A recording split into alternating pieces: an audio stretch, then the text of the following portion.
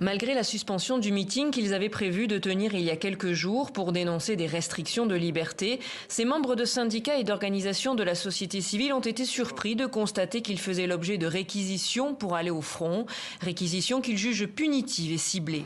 Cette nouvelle vague de réquisition d'une douzaine de personnes dont nous avons connaissance concerne pour l'essentiel des responsables d'organisations membres de notre coalition ainsi que des journalistes, leaders d'opinion et hommes politiques, critiques de la gestion actuelle des affaires du pays.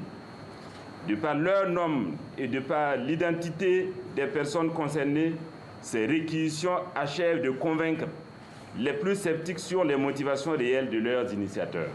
Au Burkina Faso, depuis l'adoption du décret de mobilisation générale en avril dernier, la réquisition est permise pour tout jeune de 18 ans et plus afin de contribuer à la lutte contre le terrorisme.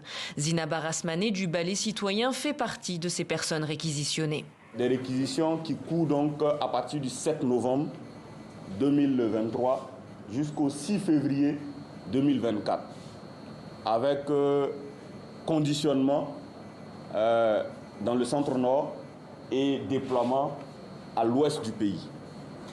Voilà ce qu'on a comme information sur les réquisitions qui ont été récupérées et en l'état actuel des choses.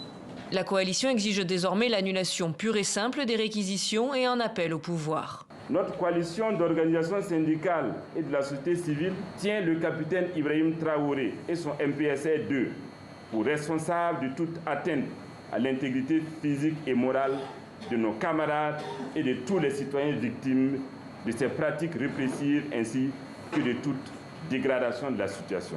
Dans un message de la présidence publié ce lundi, le chef de l'État Ibrahim Traoré annonce que, je cite, « La transition aborde un nouveau virage, les libertés individuelles ne priment pas sur celles de la nation ».